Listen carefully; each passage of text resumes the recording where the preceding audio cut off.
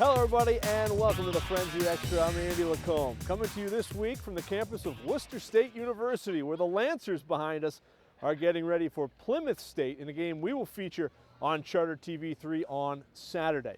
But first, let's rewind a little bit, go back to our game of the week in the high school ranks from last weekend. St. John's and Leominster. It was a big, impressive win for the Pioneers, 35-0 over a top 5 team in Leominster. And for St. John's, it helps them get rolling a little bit because they've got another big one against Algonquin this week.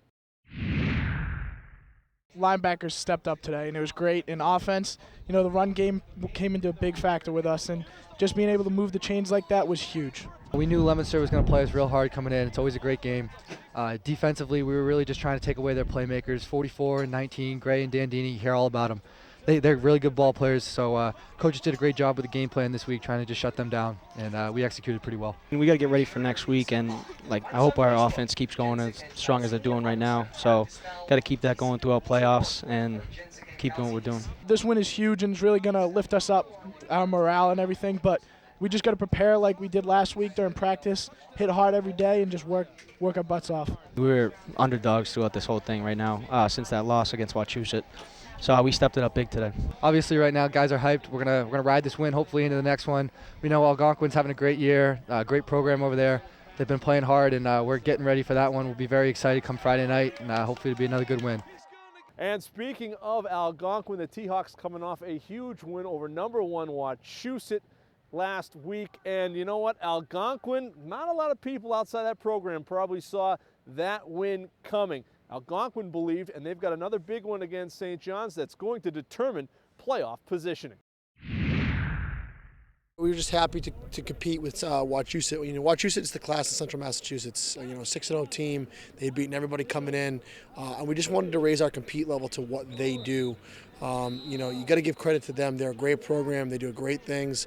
Mike Dubzinski and his staff, they really get their kids going. So we really wanted to try to just compete each play. I mean, in a couple games that we've had this year that we lost, there's been stretches where we've kind of gotten away from what we do.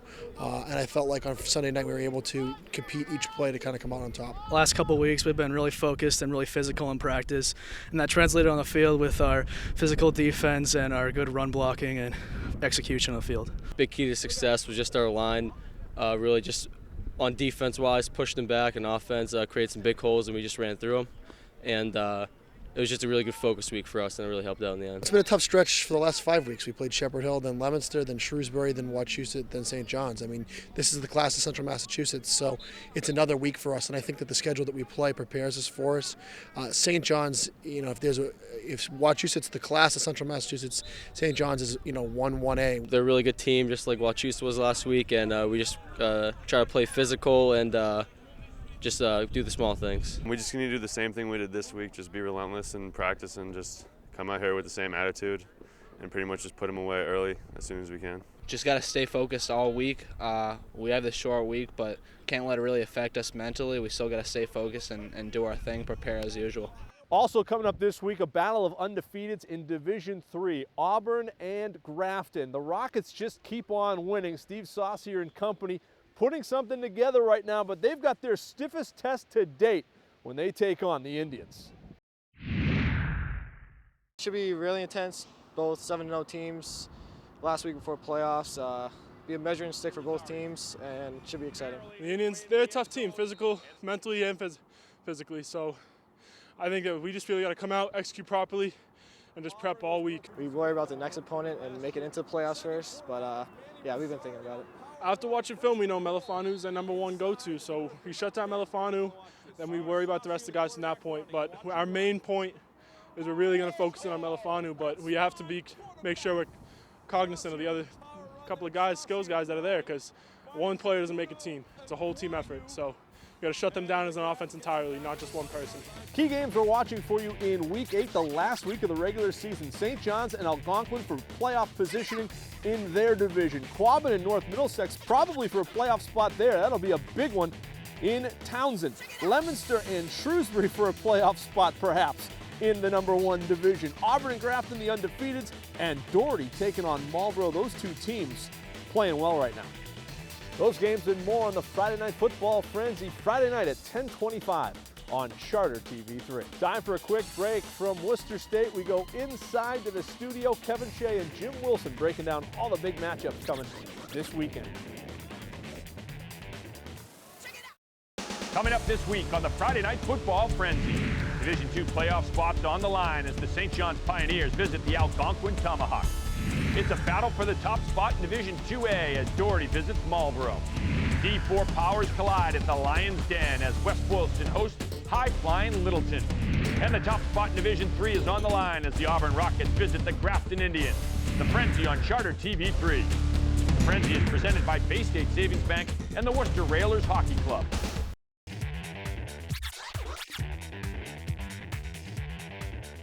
Welcome back, everyone, to Frenzy Extra. Kevin Shea with Jim Wilson, sports editor from the Telegram and Gazette and Home Team Magazine. And really, what a wild night of crazy football or non-football we had on Friday, and then a crazy weekend. We're playing games on Saturday, Sunday, Monday Night Football last night. I love it. Double overtime games with Quabbin, the shootouts out west. But first, we're going to begin with Friday. Have you ever seen anything like that in your life? No, it was usually, you see, I mean, I've seen it happen before, but they all whack the games. They just punt and play over the weekend.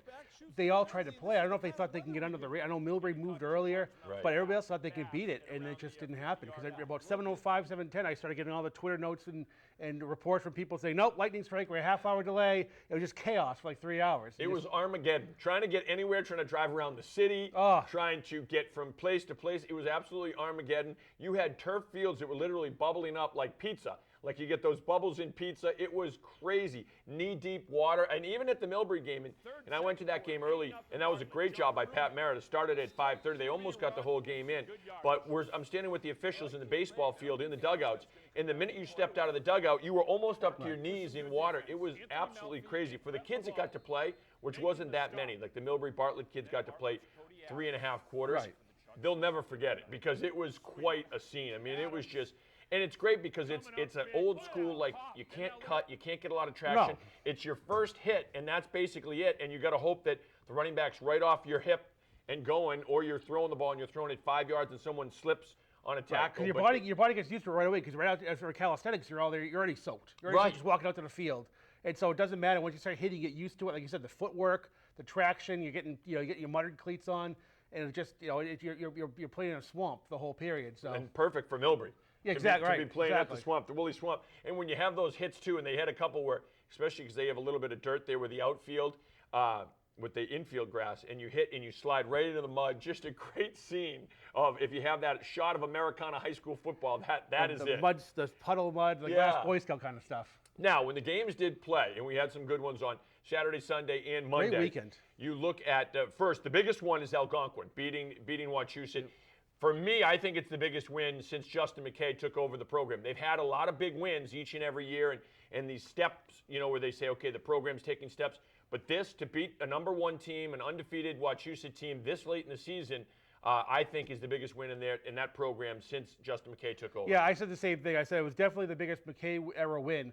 I'm going further. I'm trying to think before, with the Dallas Mall and Mark Eddy era. Right. They didn't have many big wins back then. So, I mean, that was the whole thing before Justin got there. The whole playoff drought, 2 decades not going to the playoffs. Right. So they didn't really have a win to hang their hat on back since, probably Frank Kronoff versus Milford somewhere like the 80s, it was one of those games.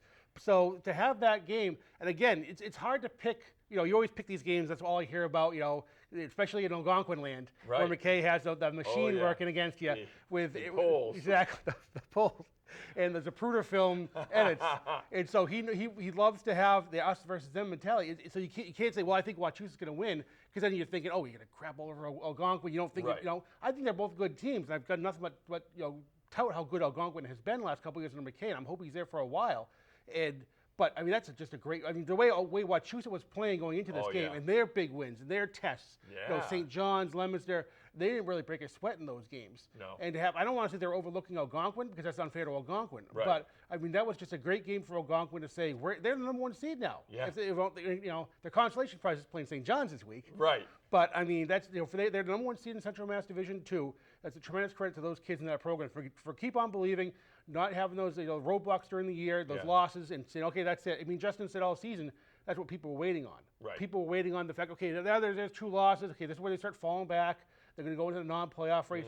They didn't happen. They with their schedule at the toughest, they played the best. To beat Shrewsbury and then to beat Wachusett in back-to-back weeks is absolutely phenomenal, and it's a testament to the kids and to the coaching staff. Because as we always say, on the show, we always talk about these games. Like the St. Peter Marion has a bunch of those. Who are they? Those Right. who are they games? If they are they going to compete against this team they're playing this week? Are they going to get punched in the mouth and fall back? Right. And okay, they're a good team, but they don't beat the teams they should. Algonquin had those 2 losses. The Shepherd, two great teams like Shepherd Hill and Leominster. And there's a good losses anywhere. Right. But they just shook them off. Right. And now they're ready. And I think a win like this takes them through St. John's. They're ready they're not scared of St. John's. Right. And they'll be in the playoffs. Yeah. And who knows what can happen. Right. Well, it's confidence. More than anything else, Right. it's confidence now. It's belief and confidence. And when you have kids believing in themselves and you have that self-confidence, it's in a football team that goes a long, long way. You look at St. John's win over Leominster, decisive win. And this was a statement win. This was a game that I thought was going to be very close. I thought was going to be kind of an offensive shootout, similar to the Shrewsbury-St. John's game. It was not. St. John's just laid the hammer down defensively, and they really rolled in all facets offensively. I mean, they had 3 different running backs that were very effective in this game. That's the thing. I didn't think they'd win, that big. That was like a take your lunch money kind of win for St. John's, and they just went out there. I mean, when's the last time Leominster got handled like that? Because usually Leominster, we talked about last week with the Neil O'Connor games, it's in their heads. The Leominster big game, and they trade touchdowns, and they ends up coming down to the 4th quarter, 2 minutes left. Whoever has the ball needs to put on a drive to win it, or they lose it, and that's the story. The fact that they couldn't get that drive done in 2 minutes. Right. And they came. St. John's left no doubt. That was really impressive.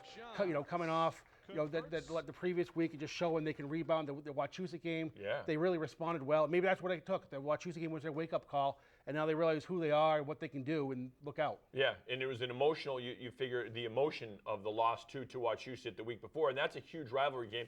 They're going to say, and both teams will say, it's just another game, just another game. It's not just another game. It's a huge rivalry game. There's bragging rights. There's kids that see each other in other sports and see each other out and around town. So emotionally, to come up off the deck and respond the way they did, St. John's did very impressive. The Millbury-Bartlett game we talked about, just a great hard-hitting affair on Friday. Bartlett gets a big win. Shrewsbury beating St. Peter Marion is a big win.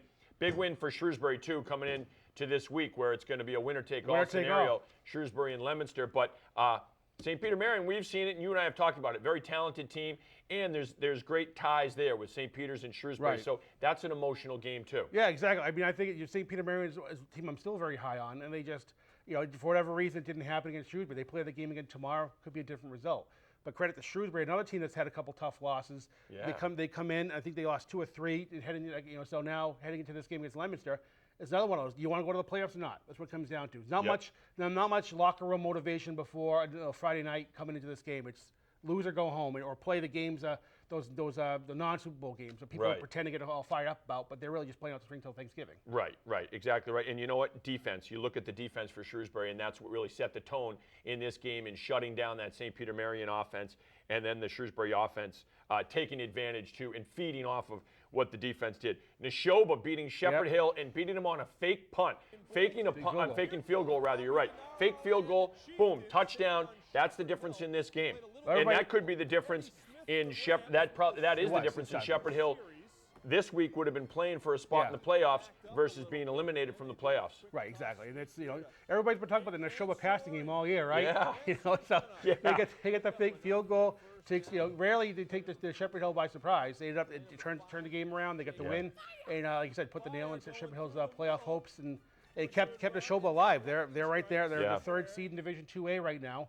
And that's could be a different story. They could have been another one of those teams looking for answers in the last week. And I think Division 2A is a real good Division 2 when you look at Marlboro, Doherty, Neshoba, and Tantasco. And Tantasco coming off a big win. Huge one win of the 2 teams that played Friday night in the downpours and waited out the lightning delays. Tantasco beating Northbridge. That's their stepping stone win this season, and that's their win they hang their hat on. When we look ahead to this week, we talked about the Leominster-Shrewsbury winner take all. I love that.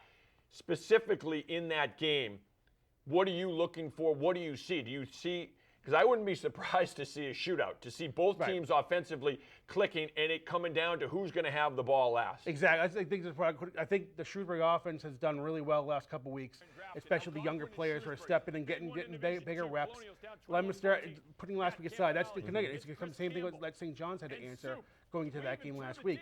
Can they shake it off can they sort of, there's nowhere to go but up from last week. Right. So do they believe in that offensive system they had the last couple of weeks with Pat Gallagher on the center and Noah Gray at wide receiver and Alan Link out there?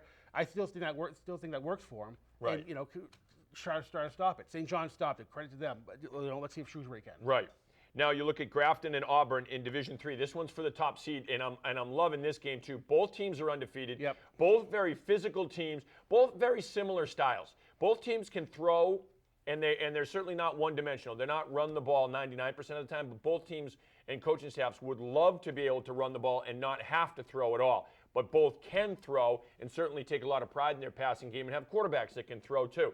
But very physical teams that want to go straight ahead at you, want to control the line of scrimmage, and that's what I think this is going to come down to. Right. Who is going to control the line of scrimmage? Because in order to stop Melifonwu, you need to control the line of scrimmage. You can't let him get loose. The minute he gets to the second level, beyond the linebackers, forget about it. He's too fast, one-on-one, trying to tackle him in space. You're not going to do it. This is what the Auburn defense has been preparing for the last 7 weeks.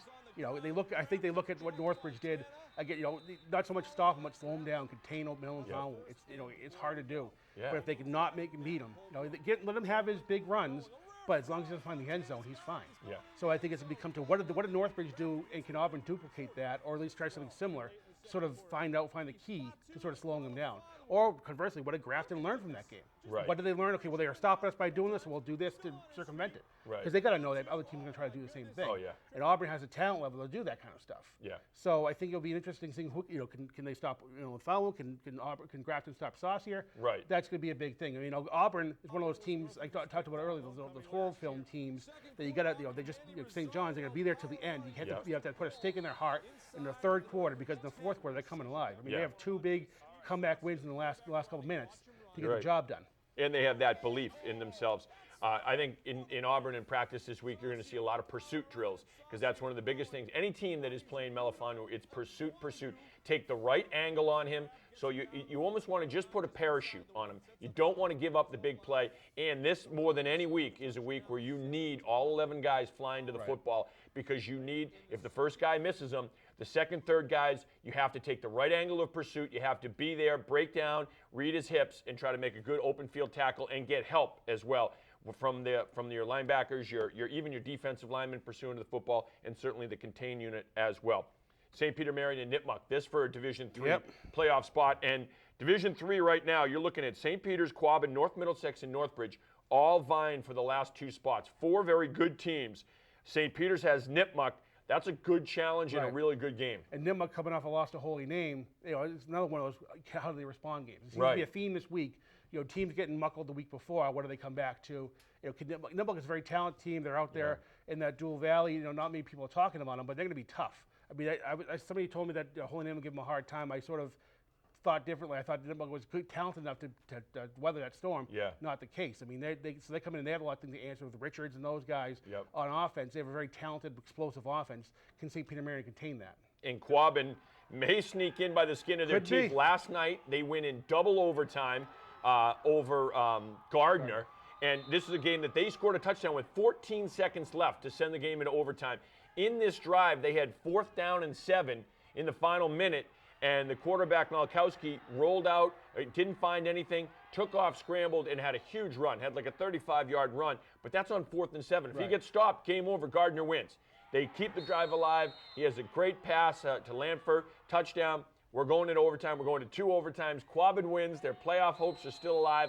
And it is wild to watch this team play, because they just, like I've said before, if you're going to score 50, they'll score 60. You're going to score 60, they'll score 70. And they will. Over 100 points. In a high school football game, over 100 points. If they could find a defense, they'd be dangerous. Oh, That's the problem. They have to. It's almost like they want the other team to score so they can get back the ball. Right. That's what they want to do. They just like to stay like a Madden offense. They like to just huck the ball down the field, put up ungodly numbers. But the problem is they're giving the ball back and they're getting run all over the place. Right. And that's why they're sort of scrambling for that last spot. But if they can get into the playoffs, who knows what can happen? Right. I mean, can a Marlboro or Doherty contain that offense? Right. That's the problem. He's got to score last. Yeah, it's crazy. Now, Division IV, Littleton, West Boylston are in. We think Leicester's in as well. So you're talking about Clinton and David Prouty both battling for the final spot. Clinton has Narragansett this week. Prouty has Bartlett, so it's going to be really tough. Close. Both are going to be really close games. Could go either way, but both teams know in order for us to get in, we have to win. We can't rely on anyone else, which is what I like. That's what I became a writer to avoid math, which is just ironic because now I'm faced with being like math guy for. I got all these coaches calling me, say, "What if this happens?" Because it's the easiest thing I tell the coaches: just win and get those 10 points plus the 2 for whatever other wins. Get your 18 points for beating that game and get some breathing room because all you're going to be doing is looking at other fields and looking on our Twitter at hometeam.com and just trying to figure out did this team win that? Do we get the points from that? We beat them. Did they beat these guys? Because that's what's going to come down to. A lot of the counting points and percentage points at the end of the year. Yeah, it's crazy. Division 4A, that one looks pretty much set with BVT and Maynard at the top and Bay Path and Assabet looking at like they're battling for the final spots there. I'll tell you what, it's going to be interesting. It's going to be a great week of football. And when we come back next week, Willie and I will be talking about the playoffs and previewing playoff games. Hard to believe. We haven't even finished October yet, and we're talking playoffs. Trick or treat, everyone. All right, the Frenzy Extra will be back after this. Bay State Savings Bank brings you Kasasa. What's Kasasa? It's a catchy word for earning cash that just might make you want to dance.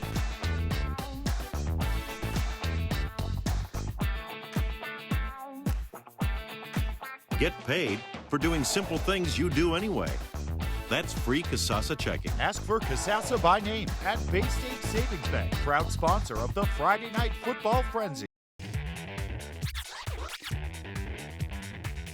Welcome back. New this year on campus here at Worcester State, a brand new athletics facility and wellness center. New gym, new weight room, big things for the athletic programs here, including the football team at Worcester State. Everybody's really excited about what it does for the program and it does for just the atmosphere at Worcester State. And our Brenna Wilson got a first-hand look, a tour of the new wellness center.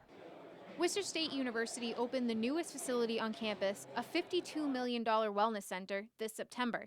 The state-of-the-art facility houses classrooms, locker rooms, and a 2-story fitness center for student athletes.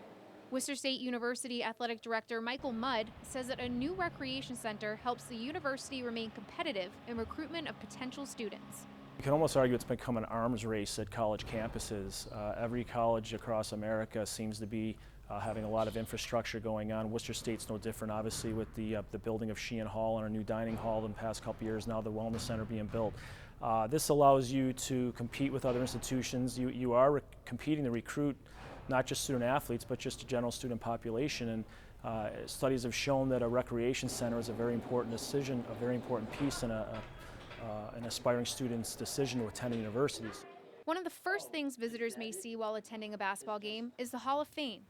For the first time, the school has an area to display the achievements of former student athletes. Across the hall are the locker rooms, enough for just about every varsity program.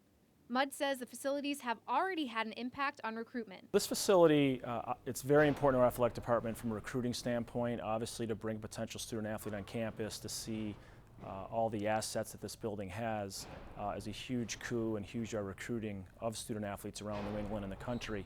But it's also very important to the general student population to be able to keep all of our student body on campus, to come and be active and participate in intramural sports, use the fitness center. Those are all key elements that are very important to retaining student athletes and helping them graduate and remain healthy both mentally and physically. After playing home games at other campuses for a few years, the volleyball and basketball teams finally have a home court. I kid you, our student athletes and coaches faced a lot of adversity the last 3-4 years as this building was getting built. We had to really call in a lot of favors of surrounding colleges and high schools to allow us to use their facilities for these contests and practices. It is now really exciting to be able to play our home games here. We no doubt plan on having a great home field advantage. While it has only been open for a few months, the impact is already being felt. It's great just to see a continuous smile on the faces of our student body, our student athletes, our faculty and staff. When they walk in this facility, obviously it's first class from the minute you walk in the building. You know, the new building has all nice new equipment, gyms, locker rooms, and it's very warm, so that's going to be huge, definitely during the off season, so everyone can come together and really build off from there. I think it's really going to be helpful, especially come this off season. The past couple of years here, you know, it's been unfortunate with that. We haven't had a locker room. The gym's been kind of tough, and you know that's hard in the off season to get some guys to be able to work out as much as possible. So with that facility, I think in the years to come they'll be able to get a lot stronger. I think it's definitely going to help this team out. The new Wellness Center offers many new amenities for student athletes, including an elevated track, a smoothie bar, and a golf simulator. For the Frenzy Extra, I'm Brenna Wilson. Thanks, Brenna. When we come back, we'll preview the Lancers matchup with Plymouth State. Stay with us. Coming up this week on the Friday Night Football Frenzy. Division II playoff spots on the line as the St. John's Pioneers visit the Algonquin Tomahawks. It's a battle for the top spot in Division IIA as Doherty visits Marlboro. D4 powers collide at the Lions' Den as West Boylston hosts high-flying Littleton. And the top spot in Division III is on the line as the Auburn Rockets visit the Grafton Indians. The Frenzy on Charter TV3. The Frenzy is presented by Bay State Savings Bank and the Worcester Railers Hockey Club. Big one for Worcester State this weekend. They take on Plymouth State, a team that has been regionally ranked in New England this season. For the Lancers, it is their senior day. Not a large senior class here for Worcester State this year, but important, the team says, to send the seniors out a winner and get momentum for the rest of the season and beyond. You know, obviously on senior day it would mean so much just to go out there, get a win, you know what I mean? After Fitchburg, you know, hopes were high, everyone was fired up. You know, homecoming, we went out there, hard-fought game, and then this past weekend, obviously, it was a very tough game. So going out there this week and, you know, putting up a good, you know, get a good test against Plymouth. So, you know, it's going to be a dogfight. They are a good team. They love to run the ball. They're all tough, so playing tough and being physical is going to be a huge key for us. We just got to play 4, you know, physical quarters of football. You know, they really turned their program around the past couple of years. They're a smash mouth team. They want to run the ball, and we just have to, you know, to get the W, we have to out-physical them. All right, here now with Brian Cullen, the longtime head coach here at Worcester State. And, Coach, you've got Plymouth State, one of the better teams in the region, coming in this week. What do you guys have to do to get a win and, you know, get a little spark here for your team in the closing weeks of your program's season? Well, probably the biggest thing is we got to cut down on the turnovers. That's been our real major problem throughout the seasons, especially when we have a lot of young kids playing. So we need to cut down on those and just kind of do the things that we do, you know, offensively and defensively, and you know, try to stay healthy. That's kind of the injury bug has kind of hit us a little bit too. So, you know, those major things there, and we can play with any of the 3 teams we're playing left. So, you know, Plymouth has done a great job this year. They really turned it around, so it's going to be a real big challenge for us because they're a big physical team. On Saturday, with Plymouth coming to town, and they've been regionally ranked at times this year, what would a win do against this quality type of opponent to lead you in the next couple of weeks? Oh, it would be huge. It's our senior day also, so it's our last home game. We're on the road for the final 2. So hopefully, you know, our 9 seniors that we have leaving us, it will be a great memory for them as they leave. Big win for WPI this past weekend up in Troy, New York. They bring home the Transit Trophy to the city after a win over RPI. WPI is now 5-2 with 3 weeks left, and the Engineers looking good. Great win, and it wasn't that, you know, one facet of the game really won it for us. Special teams were big when we had to get points on the board. Our coverage units were great. Defense stepped up and played well in some key spots. Tacked down a safety at the end of the game. We forced a couple of turnovers, which helped set up some drives for us too. And the offense ate up the clock. I think we had about 37 minutes in total possession time, and was really a dominating effort for our team against a very good team. And this is something that all of our alumni have experienced, you know, playing against RPI. And be able to bring the Transit Trophy home after a couple years of having it in Troy means the world to this program. Thanks to our friends over at Hillbilly Goat Productions for the WPI vids this week. Here is the alumni dean's list now. We start with Adrell Enlow out of Worcester Tech, playing at Mass Maritime, had 9 tackles against UMass Dartmouth. Ray Sarkady for Assumption, the former SPM star, 5 tackles, a tackle for a loss against New Haven. Zach Howard, playing out of David Prouty, now at Westfield State, having a huge year. 9 tackles against Bridgewater State. Huron Wright, the Holy Name star, playing at Framingham State, 175 rushing yards, 4 touchdowns against Plymouth State. Davon Jones at Boston College, now getting a start for the Eagles, the former St. John's star, 66 rushing yards against Syracuse. Kevin LeBlanc playing at Rochester, 7 tackles, a tackle for a loss against Union for the Charlton native who played at the Pomfret School in Connecticut. That'll do it for us here from Worcester State. We'll see you here on Saturday as Plymouth State comes to town to take on the Lancers. But first, we'll see you Friday on the Frenzy. Good night.